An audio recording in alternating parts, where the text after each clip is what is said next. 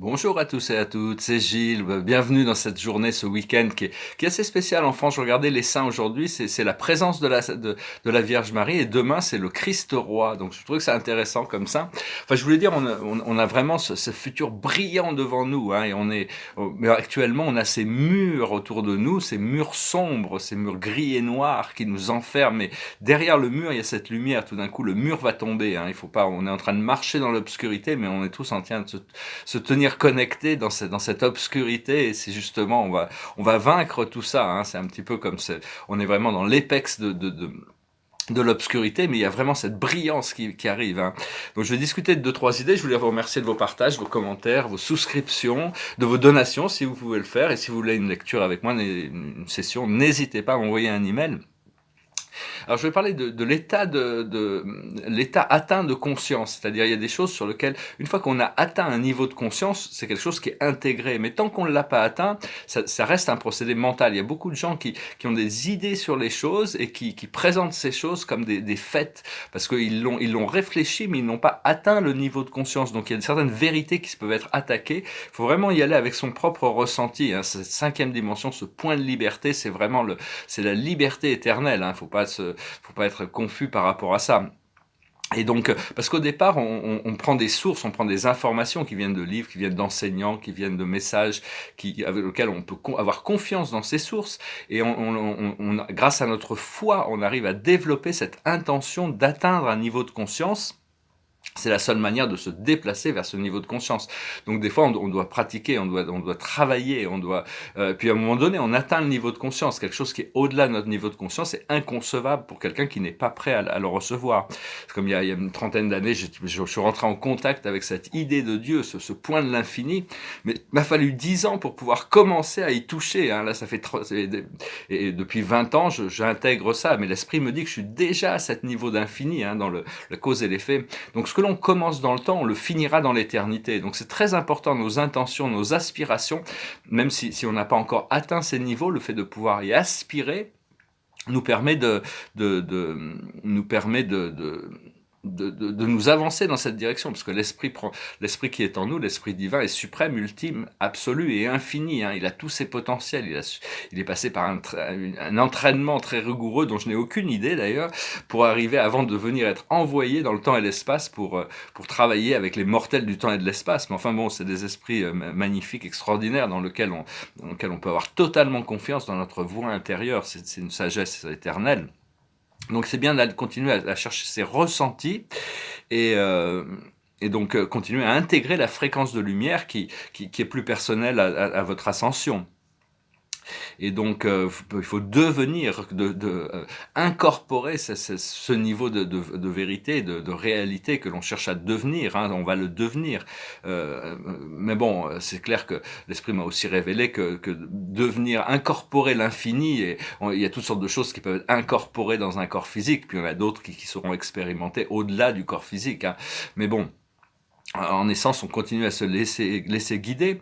Il faut demander le plus possible que notre énergie devienne notre souffle, et que notre souffle soit de la lumière et de l'amour. Parce que c'est vraiment dans ce souffle, dans cette respiration que la vie existe, hein, pour nous, dans ce corps physique. Et donc remplir notre sang d'amour, toutes nos cellules de lumière, hein. C'est ce procédé cristallin qui est soutenu par l'univers, hein. Progressivement, on avance jour après jour, il y a une augmentation de la fréquence. Les choix que l'on fait, c'est pas forcément les mots que l'on dit, c'est le ressenti, c'est la vibration, hein. On peut choisir l'amour ou la peur, le positif, le neutre, le négatif.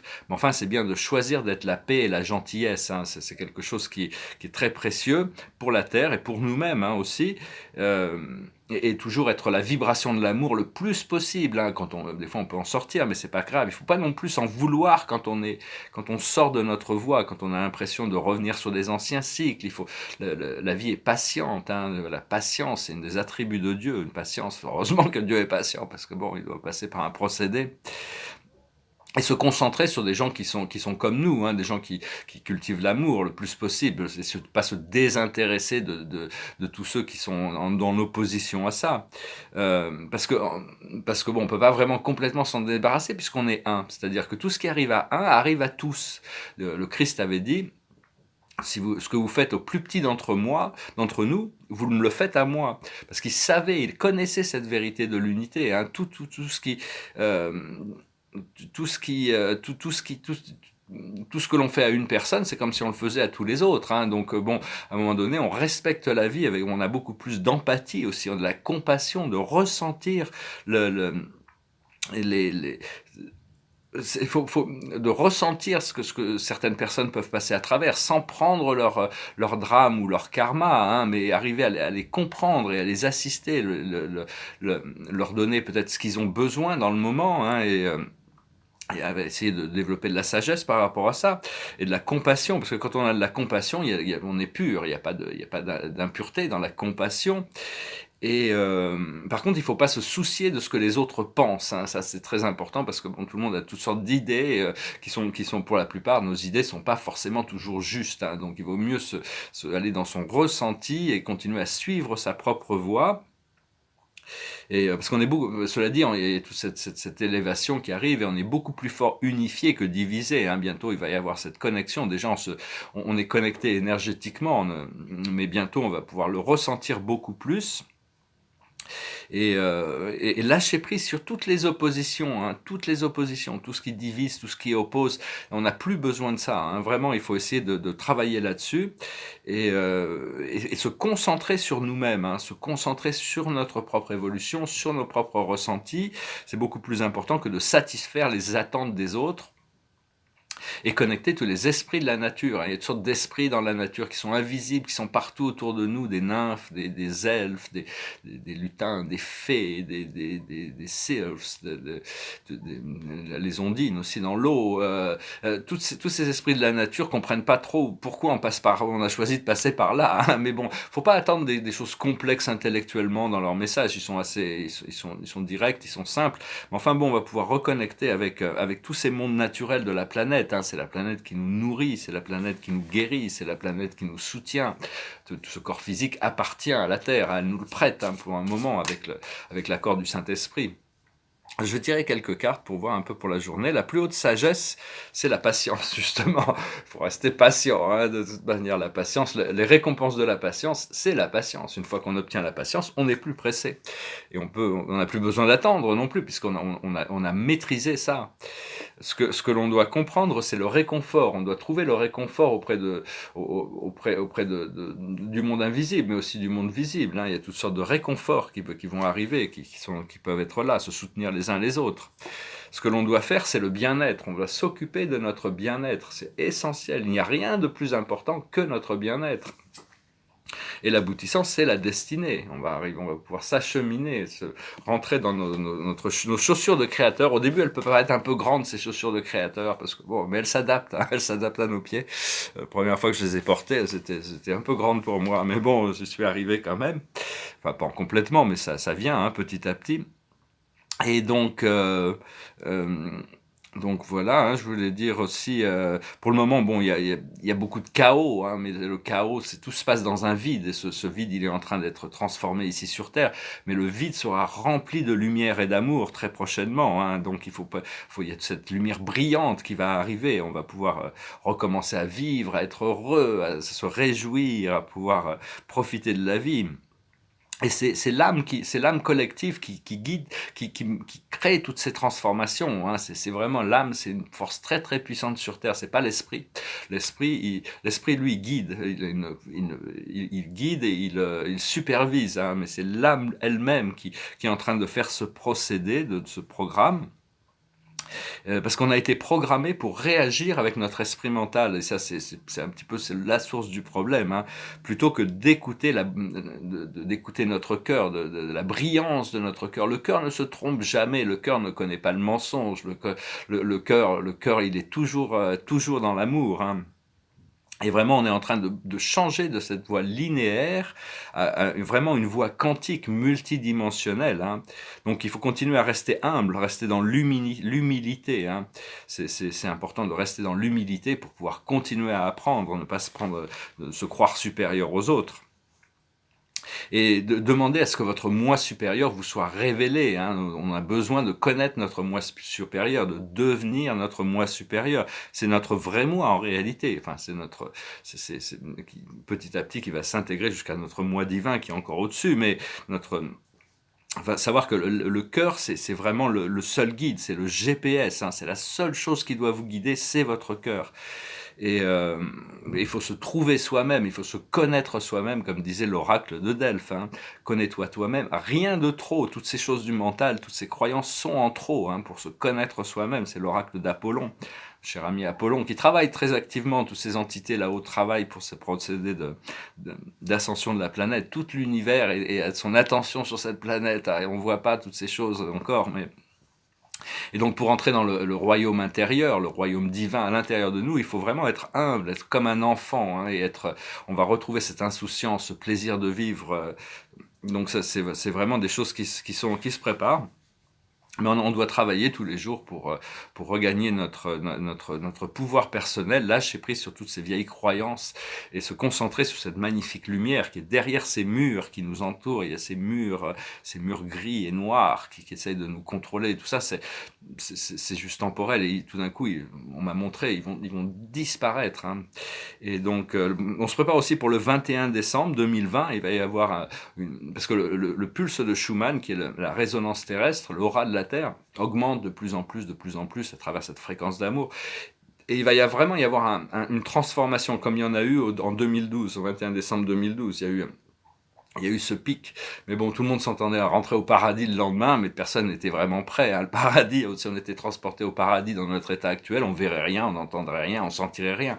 Il y a toute une préparation intérieure.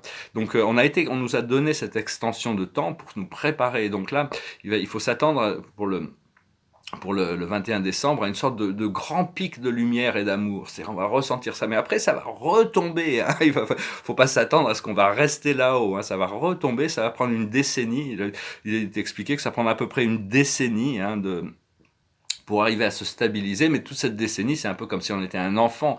C'est très créatif, c'est très joyeux, on va pouvoir trouver nos marques, nos repères, on va pouvoir être très créatif, on va pouvoir faire toutes sortes de choses, hein. Donc voilà, je vais tirer une dernière carte, puis je vais chanter une chanson. C'est une chanson c'est une chanson d'amour, une chanson romantique qui me passait par la tête. Je pensais la chanter aujourd'hui. It goes like this. Oh, my love, my darling, I've hunger for your touch, a long, lonely time. And time goes by so slowly, and time can do so much. Are you still mine? I need your love. I need your love.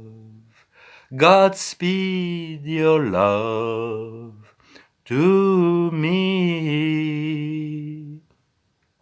Lonely rivers flow to the sea,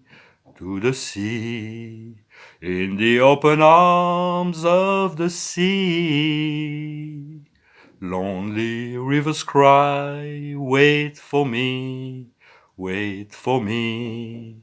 I'll be coming home, wait for me. Oh, my love, my darling, I've hunger for your touch alone, lonely time. And time goes by so slowly, and time can do so much. Are you still mine? I need your love. I need your love. God speed your love to me. Ah, retrouvailles avec cet amour, hein. C'est une chanson un peu romantique, elle me passait par la tête. vu qu'en plus je la connaissais par cœur, je me suis dit, je vais la chanter. Alors, la carte de la journée, c'est la confiance, hein, c'est vraiment avoir confiance, hein. La confiance, ça ouvre les portes, ça nous fait gagner du temps, hein. Il faut vraiment avoir confiance en notre destin, confiance en notre voie spirituelle, confiance en nos guides, confiance en notre Créateur, confiance au monde aussi, confiance à tout rentrer dans cet espace de confiance, de bien-être. C'est très important de continuer à se concentrer. Voilà, j'espère que ce message aura été important, intéressant pour vous. Et je vous souhaite une magnifique journée. Puis je vous dis à bientôt. Namasté.